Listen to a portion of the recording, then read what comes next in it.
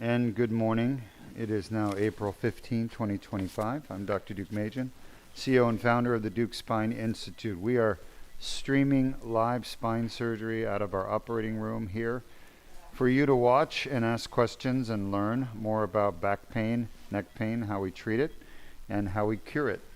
Our patient travels here from Georgia. She has had horrific pain in her back. She has weakness in her legs. She has pinched nerves in her lower back and a piriformis muscle tear.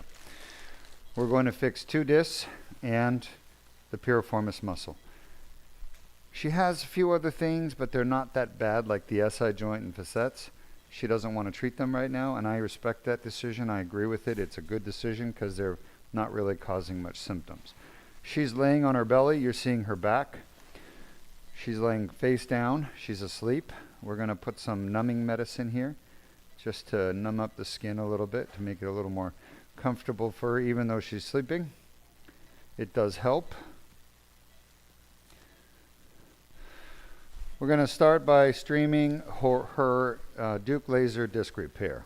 Now, Henry, let's share with the audience the 30 different things that do cause back pain and that we've discovered here at Duke Spine Institute.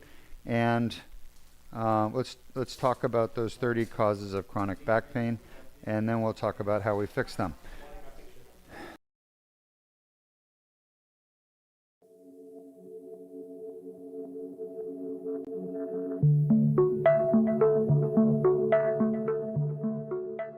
I'm Dr. R. Duke Majan with the Duke Spine Institute, and we're going to discuss 30 causes of chronic back pain. Chronic back pain is back pain that lasts longer than 6 weeks, and there are 30 causes of chronic back pain. The most common cause is going to be a disc injury. Disc injuries such as disc herniations, disc bulges, disc ruptures, degenerative disc disease account for 86% of chronic debilitating back pain, and they are totally fixable with the proper treatment. The best treatment for disc injuries is Duke laser disc repair. Let's take a look at the 5 lumbar discs that can be injured. The most common disc to be injured is L4-5, followed by L5-S1, then L3-4. The L1-2 and L2-3 discs are far less commonly affected. Next, we have facet joints. Facet joints are small joints located behind the discs in the back of the spine. There are 10 facet joints, each paired left and right, L1-2, L2-3, L3-4, L4-5, and L5-S1. The most common facet joints to cause chronic back pain are L4-5, followed by L5-S1, followed by L3-4, in that order. After the facet joints, which account for approximately 10% of chronic back pain, we move on to the sacroiliac joint. The sacroiliac joint accounts with the piriformis muscle for approximately 4% of chronic back pain. The sacroiliac joint is a joint located between the tailbone or sacrum and the iliac bone. There is a left and right sacroiliac joint. In this diagram, you can see the joints turning red, indicating inflammation and pain either in the left or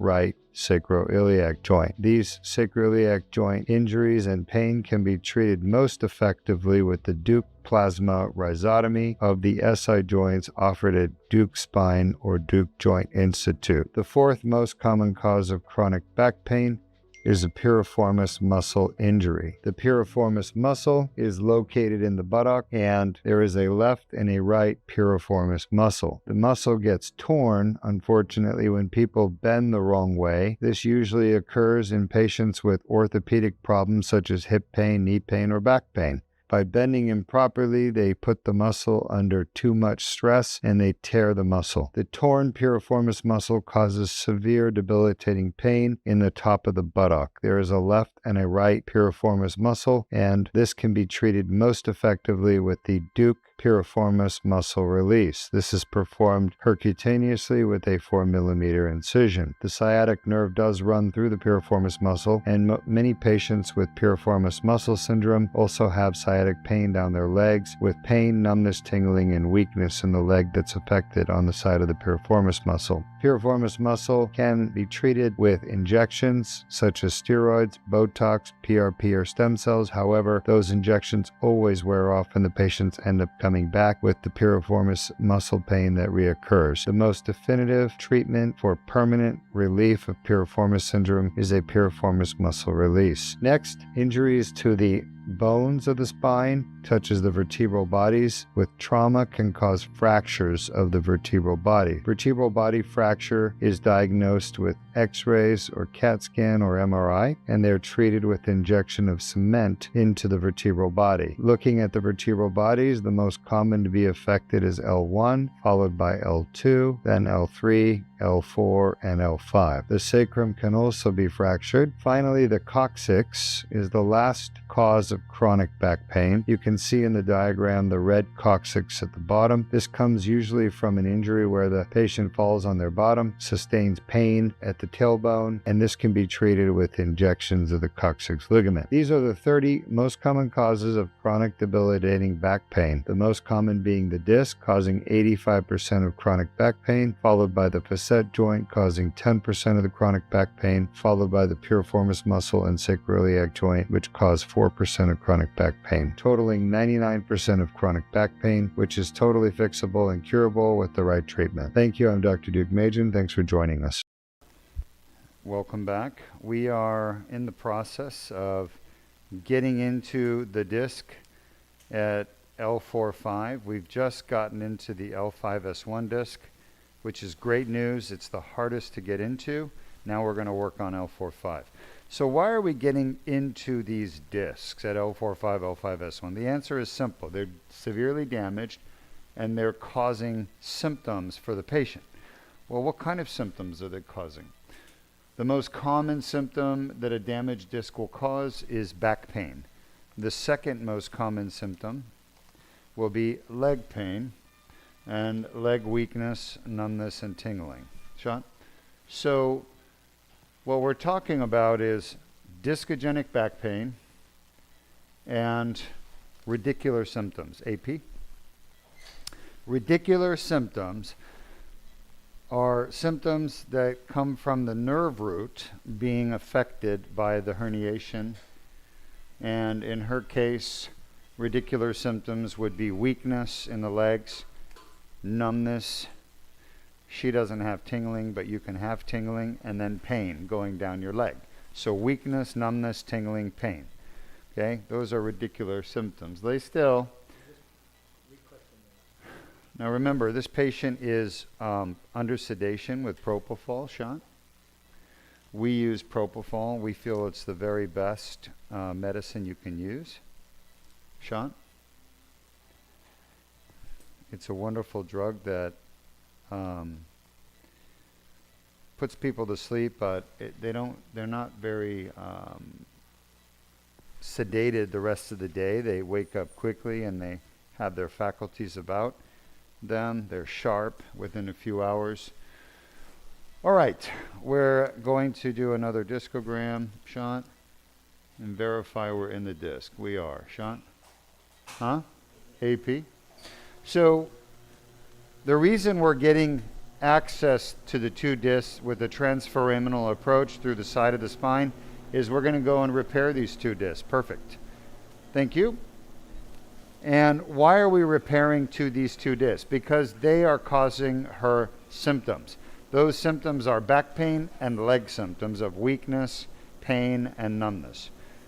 So by going into the foramen right where the herniation and tear is, we can clean the tear with a laser and we can get rid of her back pain and get the pressure off the nerves so that her nerves will start working again. Those are the nerve roots. So this surgery replaces a surgery called decompression and fusion, which is an older type of surgery, decompression and fusion, where surgeons go in and perform a laminectomy and decompress the nerve roots, followed by fusing. It's a little light. We're going to start with the L5-S1 disc. We're using a dilator to slide down the guide wire. The guide wire is this skinny little wire here. And this guide wire is guiding what looks like a metal pencil the beauty of this surgery is that we're not doing any damage to her body whatsoever. The only thing we did was cut her skin with basically a 10 millimeter cut. And now we're spreading the tissues apart, like the muscles and fascia, to get down to the herniation. So we're going straight to the herniation. We're not going to remove any bone out of her spine. We're not removing any ligaments out of her spine. We're just going straight down to her herniation. And obviously this is a painful area for her. So bring the window down on that right side. I don't want to radiate my hand while you're taking pictures.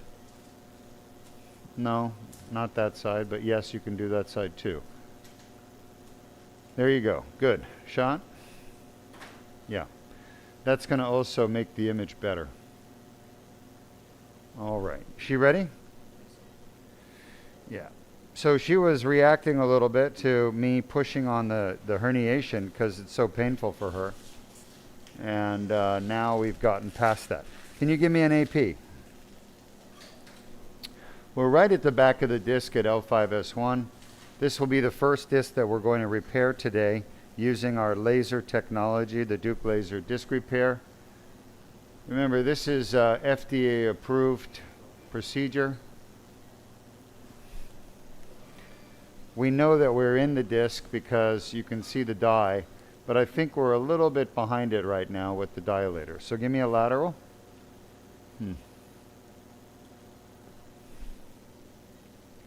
Interesting.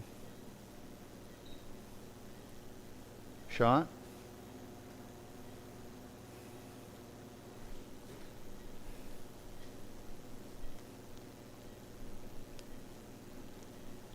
Shot.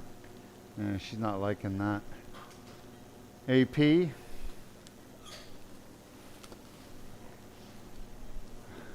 She's fine from my standpoint, if you're okay with her.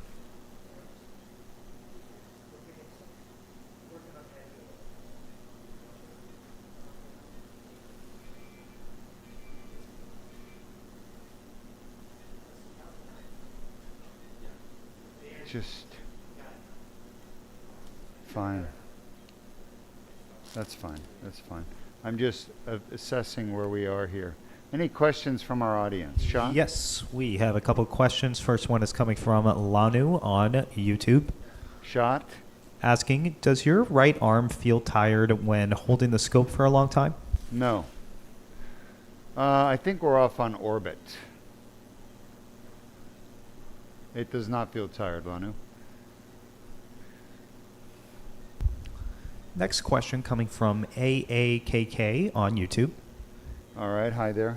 Asking, how often after performing a discogram do you identify a separate intra-op treatable tears not seen originally on the MRI in the disc shown by contrast in the AP and lateral views? Sean, we don't, there's no surprises about the tear. These tears are well documented to be there. Yes, Sean? Take it out. Very difficult to get in because she has tremendous arthritis here of the facets. You can see it on the AP views. The facets are one area we wanted to treat, but she wanted to wait on those, and I didn't feel they were causing too much pain at the time, but they may flare up in the future. Shot? All right, we are in where we need to be. Once again, the problem with 5-1, it's the most difficult. Shot? All right, good. Because the iliac crest bones push us lateral and forward, and the facets, when they get too big, they push us lateral and forward. So they're trying to keep us from getting to the herniation, but I think we're here. We verified our position of our needle with the discogram, and we confirmed that we were in the disc. So we're going to get started with the laser. All right. And there it is, the disc that we're fixing. This is L4-S1. You can see the blue dye from the discogram.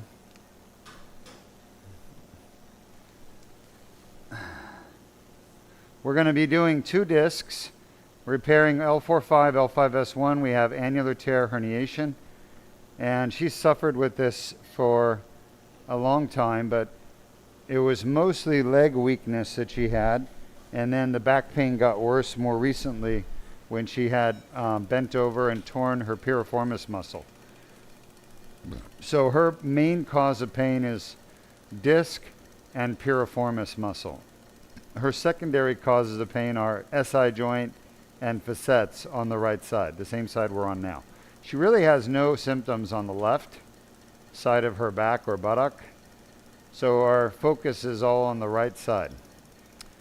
And I would expect to get rid of her pain from the discs and the piriformis after today.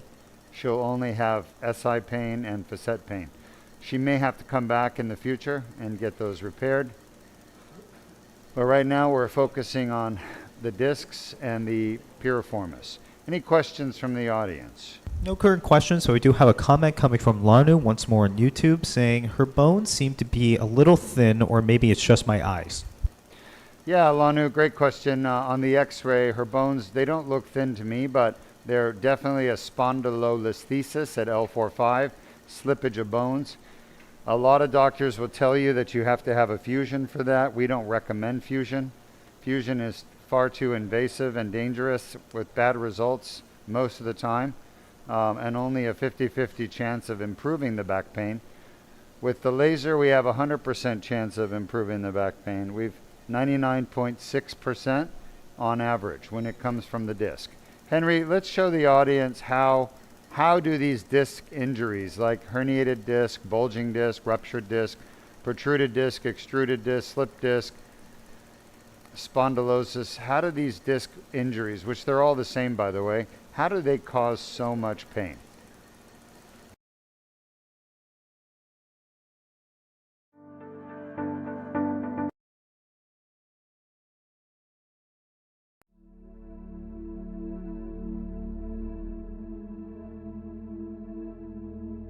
Disc injuries start with an annular tear, damaged nucleus. Pulposis herniates into the annular tear. The herniation triggers an inflammatory response within the annular tear. The inflamed annular tear generates pain signals. For more details, please visit our website or call us at 1-800-FIX-MY-BACK 349-6922. Now, Henry, did we show the audience what causes discogenic pain or how we fix it? What causes it, and then we'll play how to cure right after. Let's do that. Let's show them how this procedure actually works. The procedure, folks, is called the Duke Laser Disc Repair. It was pioneered here at Duke Spine in Florida by myself about 20 years ago. And we've been doing this surgery now for 20 years, this month. And our success rate at getting rid of back pain is 99.6%, and getting rid of leg symptoms is about 92% long-term follow-up. That's with 6 years of follow-up. She doing okay? Yeah. Good. We're going to finish this L5-S1 disc in about 5 minutes. We're going to move on to the L4-5 disc. But let's show the audience what we're doing here with the laser.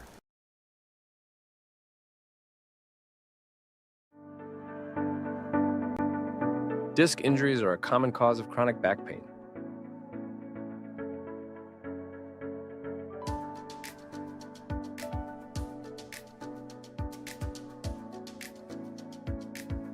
The inflamed annular tear causes back pain. A 1/4-inch sized skin incision is made. A small tube is inserted with no damage to the bones or soft tissues.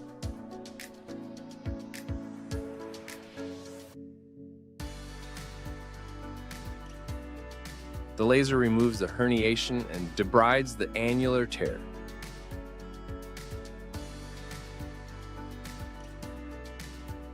The annular tear heals on its own after the procedure, which can take up to 12 months.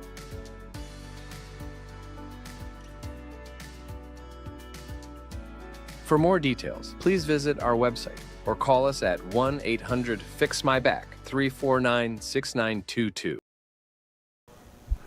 All right, welcome back. You can see from our video that we are using a laser guided endoscopically by the surgeon with 0.05 millimeter of precision to remove scar tissue, herniation, and calcification or bone spurs. That's what all this is right here. See the gold color I'm working on? That's all bone spur, folks, bone spurs. And I don't take all the bone spurs out. I'm only taking out the ones that are near the nerves that could put pressure on her nerve. The nerve is literally right outside this tube. It's to the right of the tube. It's at 3 o'clock. If the top of this tube is at 12 o'clock, the nerve root that's exiting, it's called the L5 nerve root, is at 3, and the S1 nerve root is at 12 o'clock outside these tubes. Okay? So we're protecting the nerve root. At the same time, we're treating the tear so the tear will heal. This is the annular tear right here. It's full of inflammatory tissues and calcium and scar tissue, collagen right here. Okay, any questions? At this moment, no current questions. All right. So Henry, we've shown the video on the Duke laser disc repair, how it works. Correct. We've shown, we've talked about this patient also having other issues, which some of them we're fixing, some not. But if you take all patients with back pain that lasts more than 6 weeks, they call chronic back pain. Those patients have a variety of diagnoses. And we have a list of those diagnoses. We know all of them. The most common is the disc causing the back pain. The second most common is the facet joint, F-A-C-E-T joint. She has some facet pain. It's not much right now. She wants to focus on the discs and the piriformis muscle. But there's a whole wall of scar tissue at the back of this disc here. You guys see that? It's amazing. Yes, we do. All right, so let's show the audience how do facet joints cause so much back pain and how do we fix it?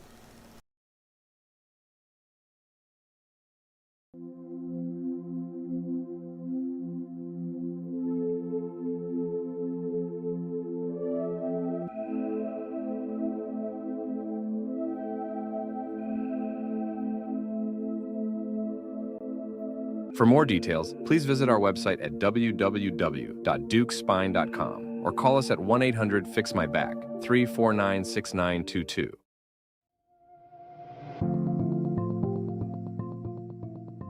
Facet joint injury is a common cause of chronic back pain.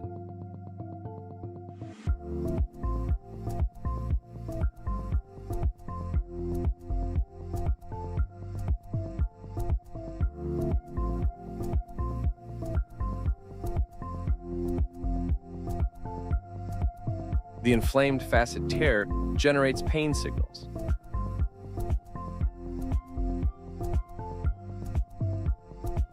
The best treatment for facet joint pain is the Duke plasma rhizotomy.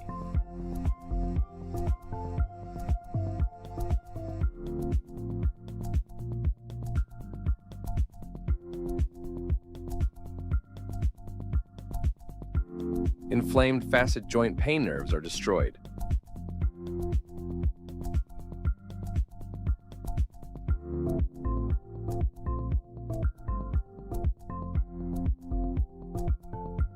For more details, please visit our website or call us at 1-800-FIX-MY-BACK 349-6922. So our video is showing you the second most common cause of back pain, which is facet joint arthritis and inflammation coming from the facet joints, causing activation of pain nerves around the facet joints. Those nerves are called medial branch of the dorsal ramus and medial branch of the dorsal ramus. And the way we diagnose that is clinically, but you could also do what's called a diagnostic block, where you basically numb up the nerves around the painful facet joint, and you see how much pain relief the patient gets. The only problem with that treatment and that test is that most insurances only pay to numb up one joint, but most people have more than one joint causing their pain. So if you end up numbing up one joint when they have 3, you're only going to get rid of, say, 30% of the pain. So that's one of the downsides to doing the diagnostic MBB, is that unless you numb all the joints, you're not going to get 100% pain relief if it's all coming from the facet. Does that make sense? All right, so facet pain is the second most common cause of back pain, and 50% of patients with chronic back pain have facet pain, but it is the primary cause of back pain in around 10% of patients, okay? So 10% of patients with chronic back pain, their main cause is the facet joint. Yeah. But in 50% of patients with chronic back pain, its facet joint pain is present. So it's basically the main cause in 10%, and it's the secondary cause or tertiary cause in 40%. But if you take anybody with chronic back pain lasting more than 6 weeks, they're going to have facet pain 50% of the time. All right, any questions? Yes, we have a question coming from Lanu once more on YouTube. Sure. Asking, she has a lot of herniations.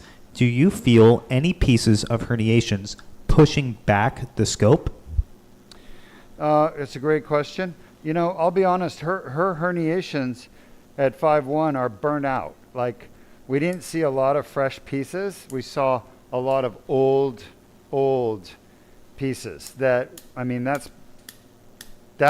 injury we just did repair on, that's like, in my opinion, probably 30 or 40 years old. It was mostly scar tissue and calcium. So hold on. Shot. Well, I think you just have her under better control. Shot.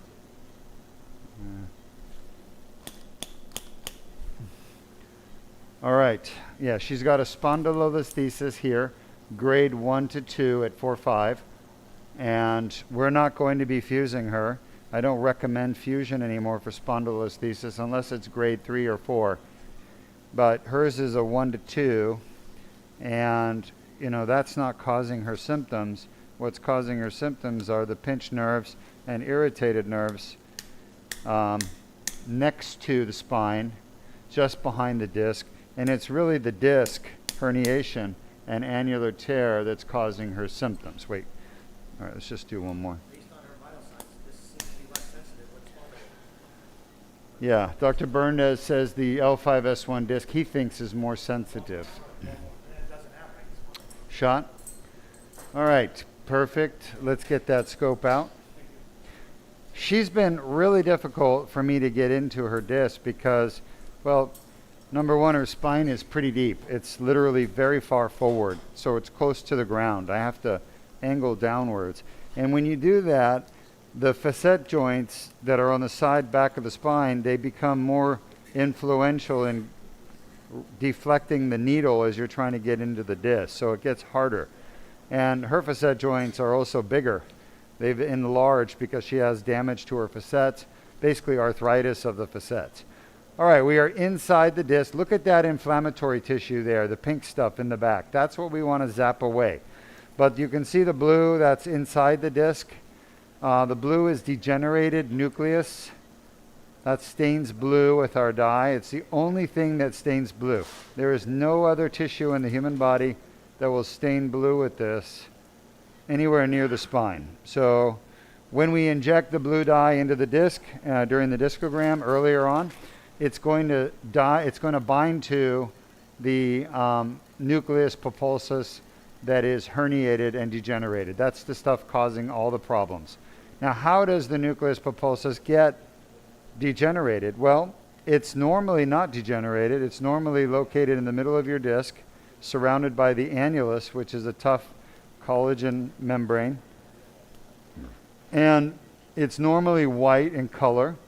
And if we put the blue dye on normal nucleus, it stays white. The blue dye cannot bind to normal nucleus. It only binds to degenerated nucleus. So it indicates basically where the inflammation is happening in your disc, and it helps me find the herniation pieces, plus it also helps me find the annular tear and make sure I clean the tear. Now, Henry, the third most common cause of chronic back pain, we're talking about chronic back pain, is actually the piriformis muscle, which we're going to have to fix on her a little later. There's the inflammatory tissue right there. And so there's a whole bunch of inflammatory tissue, by the way, not just one little tiny area. It's actually pretty extensive in her. It's no wonder why she's been in so much pain. Long story short, the piriformis muscle is the third most common cause of chronic back pain. It is the primary cause of back pain in 2.5% of patients. We now at Duke Spine know the cause of people's back pain, 99.5% of people's back pain. It can be diagnosed here at Duke Spine Institute. 99.5% of back pain can be diagnosed now at Duke Spine Institute. Now, other doctors are not caught up to us yet. They don't have the technology to do that. So they're still telling patients that they don't know what causes back pain. You see that bubble at the top of the scope? What do you think that is?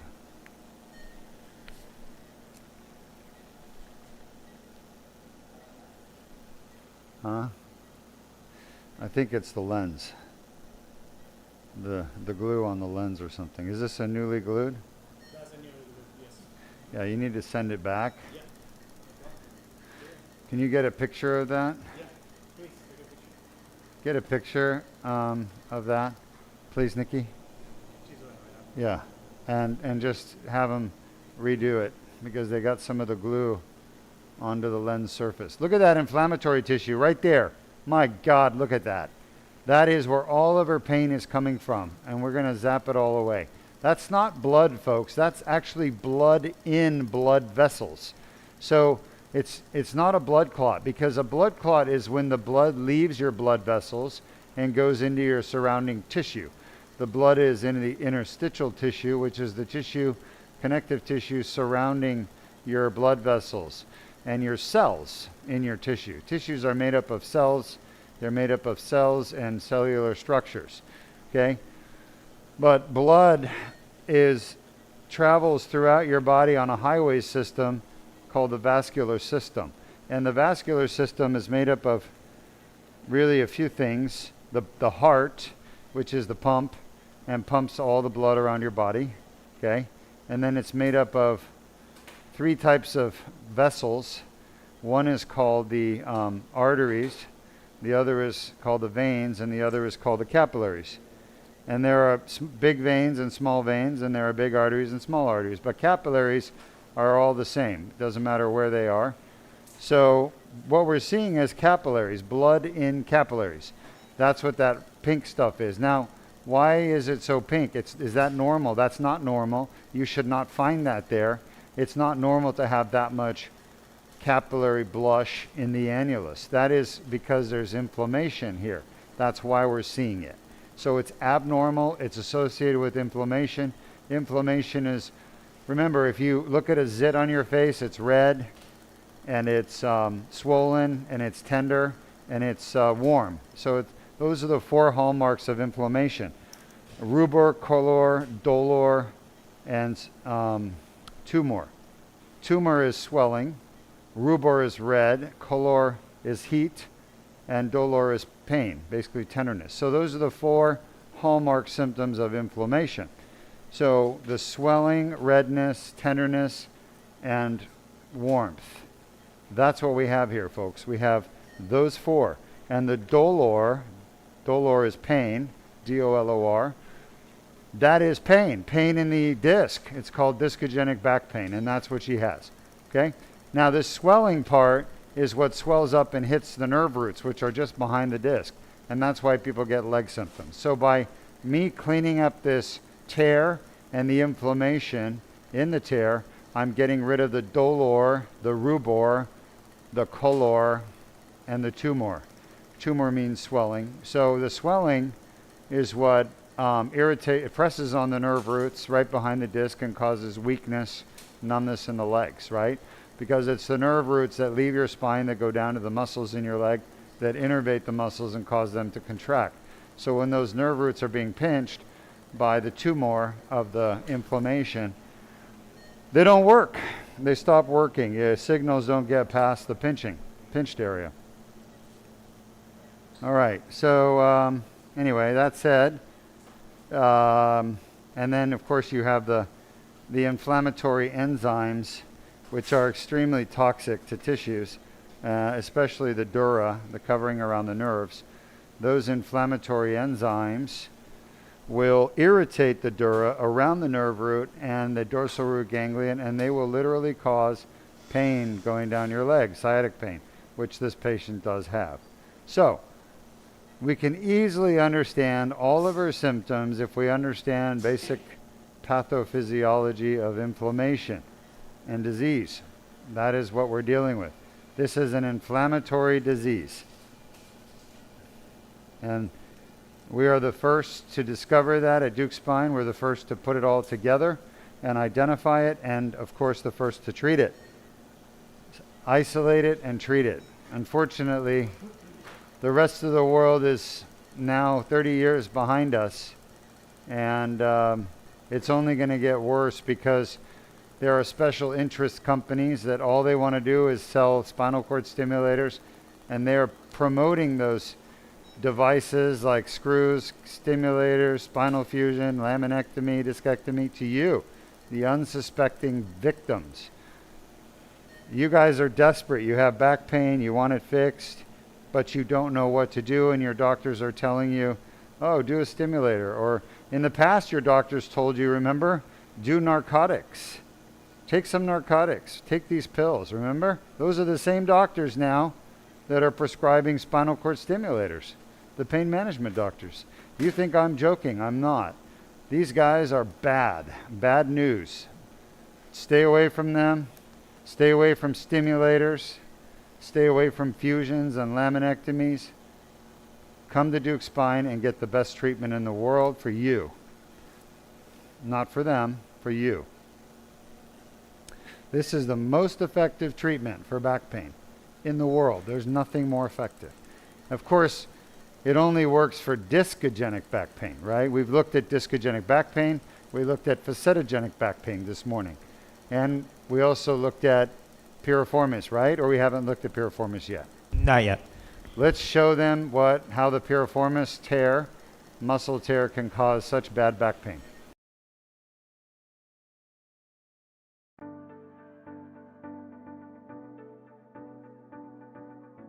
A piriformis muscle tear can cause lower back pain and sciatica.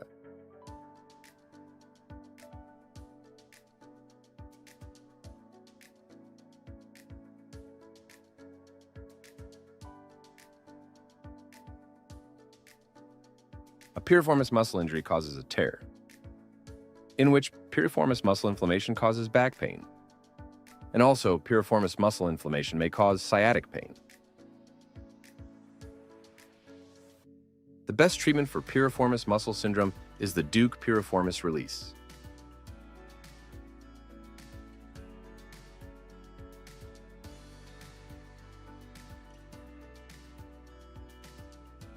From there, the piriformis pain is permanently eliminated. The advantages with the Duke piriformis release is that it's an outpatient procedure, which would take up to about 30 minutes, minimal bleeding and pain after the procedure with an immediate recovery and return to work the next day, as well as a 99% success rate with permanent pain relief with a single treatment. For more details, please visit our website at www.dukespine.com or call us at 1-800-FIX-MY-BACK, 349-6922. Welcome back, and you can all see what we're going to be doing next is the piriformis release to cure her piriformis pain. Right now we're pretty much done with this L4-5 disc. I'm going to take a look and see if there's anything else I can clean up before we pull out. But we're just about finished. I understand we have some questions. Yes. First question coming from Morgan on YouTube, Welcome, Morgan, to our stream. asking for the MRI review. How long does that scheduling usually take? Morgan, the MRI review is amazing.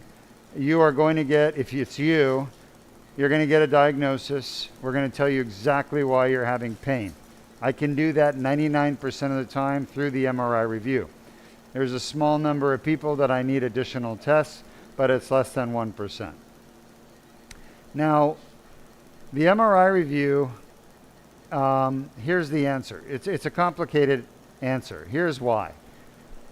There's two scenarios. There is I'm doing an MRI review with somebody who is knowledgeable and watched the videos we sent by email to you beforehand so that you can be prepared for the MRI review. Let's say you're prepared. Let's say it's a prepared person. They've done their homework. They've watched the videos that we send, all of them, and they have watched my surgery videos. They know what we're doing. So they're educated about the procedures. Then the MRI review is 10 minutes or less. Okay, you can ask a few questions, but we're done. Because you already watched all my videos, you know exactly what I'm talking about. You don't have a lot of questions. And then there's the person who doesn't watch the videos that we send, doesn't prepare for the MRI review with me, and they have no clue what I'm talking about when I talk about Duke laser disc repair or discogenic pain or facetogenic pain. They're just clueless because they didn't do any homework. That could take a lot longer, but unfortunately it's still 10 minutes. So I will spend a little bit of extra time for those people who are less prepared, just trying to teach them what I'm talking about. But it literally takes me 5 minutes to make the diagnosis and then another 5 minutes to talk about the process of coming out here to get it fixed. So it really, to answer your question, it just depends on how prepared the person I'm doing the MRI review with is. All right, we're done. You can see that crack there is about, well, the inside of this tube right there is like 5.5 millimeters. So that's about a millimeter crack. And that's going to be sealed up by her body. Her body will heal that. It will take about 9 months to fully heal, but she'll heal it on her own without anything else put in there. And but the pain she has will be gone when she wakes up. So I hope I answered the question properly for you. What other question do we have? Next question coming from Lanu, once more on YouTube, asking, this patient has a lot of back pain. Does she have any neck pain as well? Just curious. I don't think she has neck pain. I don't recall. But that's a great question. 60% of patients with back pain also have significant neck pain. 60%. So about 2/3 of patients with really bad back pain also have neck problems. That's a good number to remember. All right, we're going to end our stream, and we'll be back in 1 minute for the piriformis release on the right side. Thanks for joining us.